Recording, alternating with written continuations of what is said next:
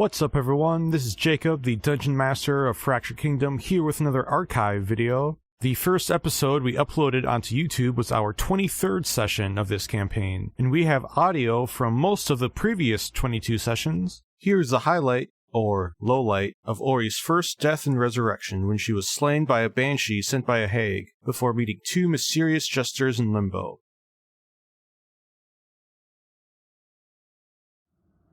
Do we want to try to draw her out tonight, or do we want to wait till morning and try to get them through whatever she throws at us? Is it raining again or not? It is not raining, but the thunderclouds are still overhead. She's most likely going to try and stop us as well, so we're going to run into her eventually. Mm-hmm. Let's just do it now and get it over with. Cool. Yeah, I'm on board. Alrighty. Get it over with. Do we want to give it a couple hours and then start poking around town?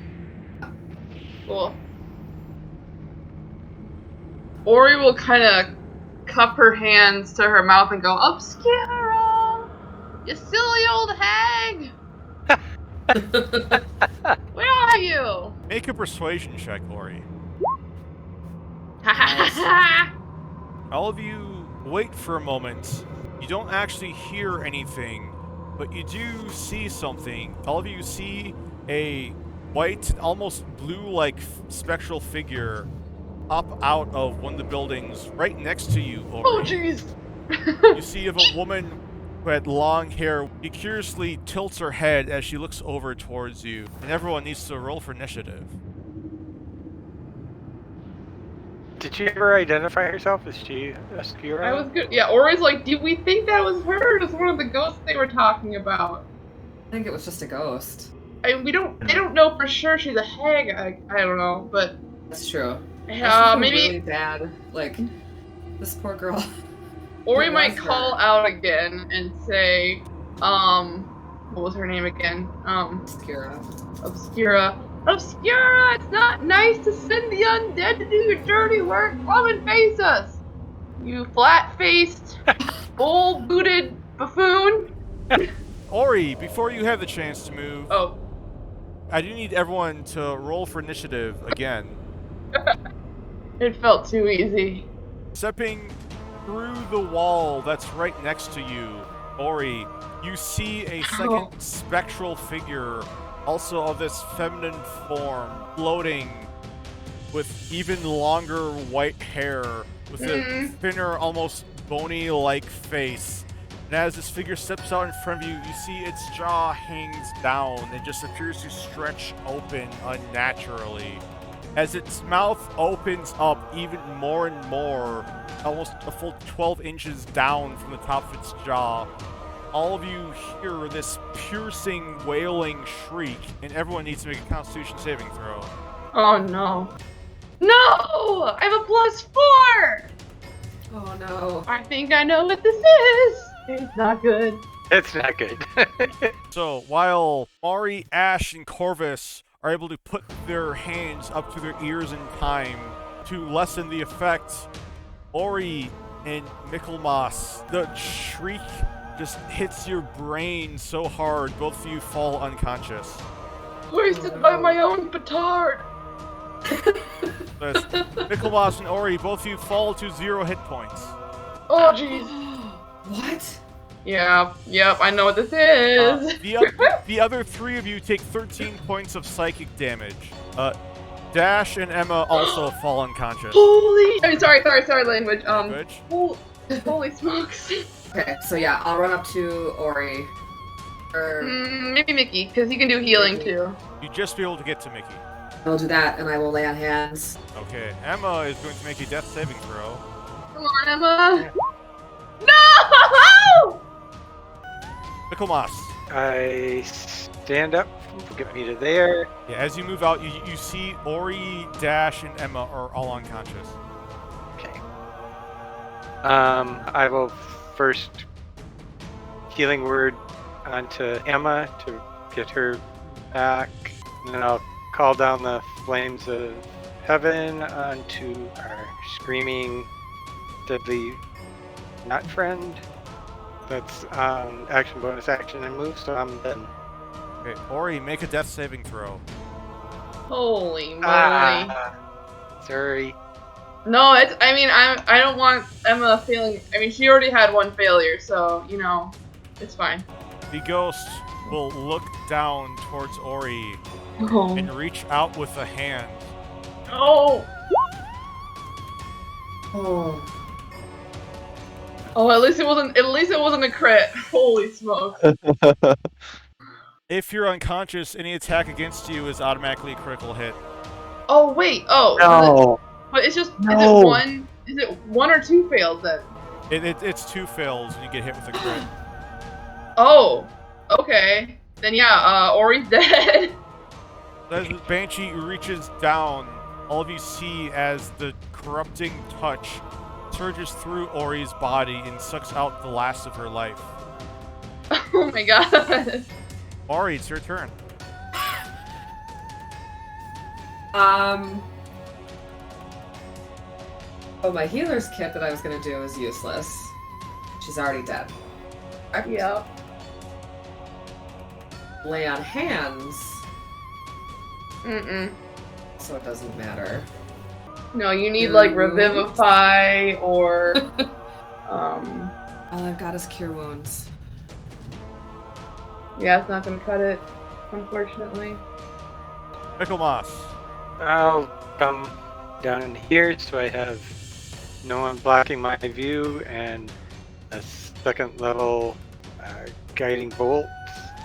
As you make one final strike, you see the creature move behind the wall. But as you all run around this side to try to follow it, it's gone and it's disappeared. So, Ori, roll a d20. So, Ori, as you feel death take hold, the last remnants of your consciousness, it takes you to a place where you see nothing but darkness, and you feel your essence falling through this void. As you're looking around trying to find something or anything, there's nothing but just the void, the blackness. And yet, looking a little ways ahead of you, you think you hear something, almost like a weird howling wind, and something within you starts. You feel yourself almost drift, like you're driven towards that noise, until you hear this voice right next to you say, "Oh, I wouldn't go that way if I were you."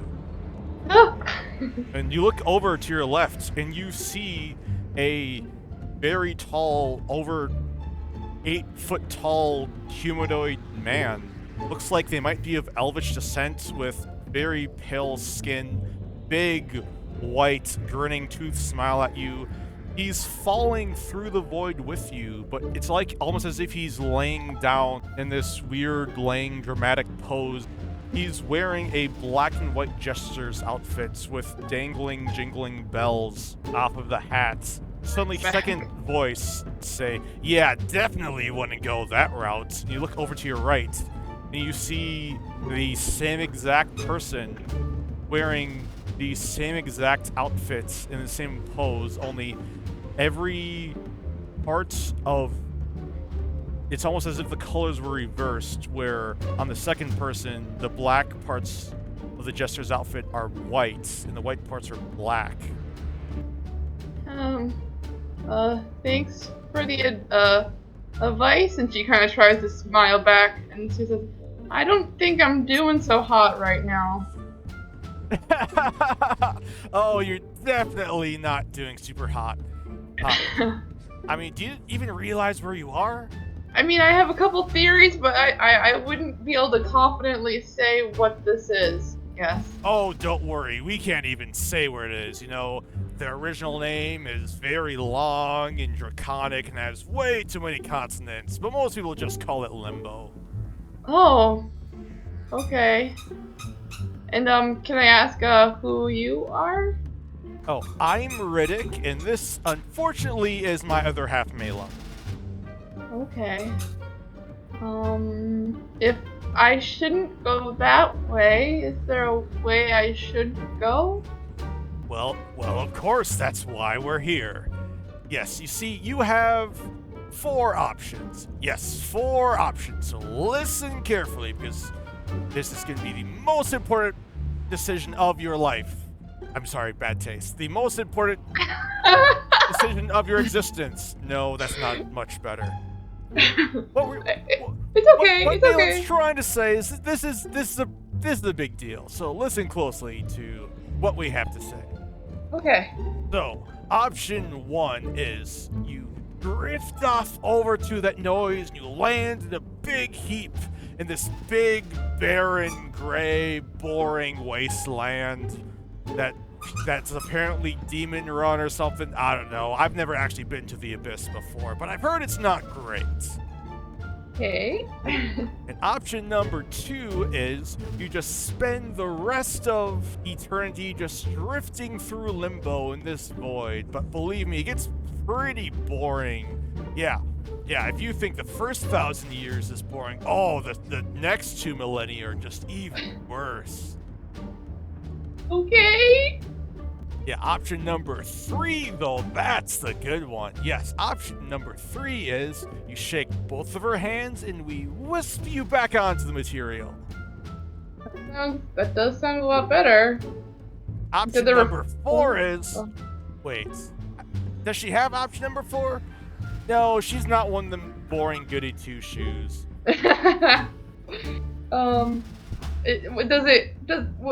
But I mean, it sounds too easy just to, like, say you're just gonna bring me back to the prime material plane. Is there something I need to do, or is there some sort of cost to that? I mean, there's no cost, really. I mean, what do you have to lose? I mean, I'm gonna pick 3 no matter what, but I guess I just would like to be aware of anything. If I could be, but if I can't, I'll still take 3. Absolutely. I'll take your hands. No more questions asked if there's nothing else you can tell me about it. No questions asked. Got it. As both of them give big, grinning smiles and hold out their hands towards you. Alright, yeah, she'll take both their hands. Right.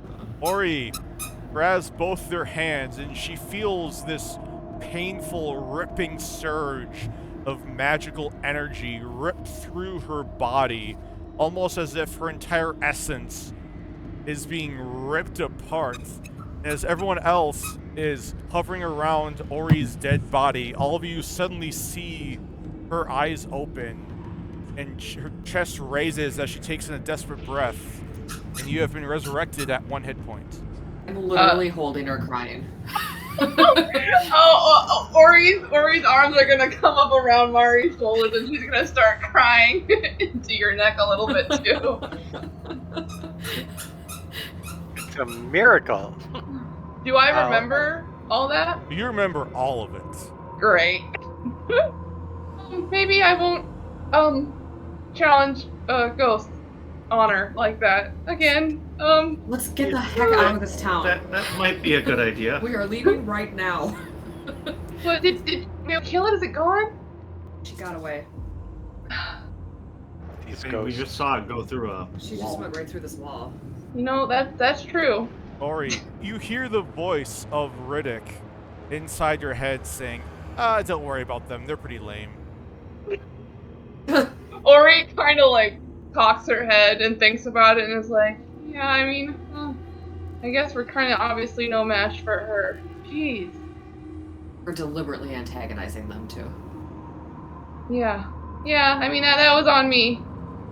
I mean, I'm glad it was me who went down instead of someone else. I would have felt pretty bad if I antagonized the ghost and then someone else We had all have the died. same plan. Yeah, Ori, you I hear guess the so. voice of Malum in your head saying, yeah, you better learn how to walk the walk before you talk the talk, am I right?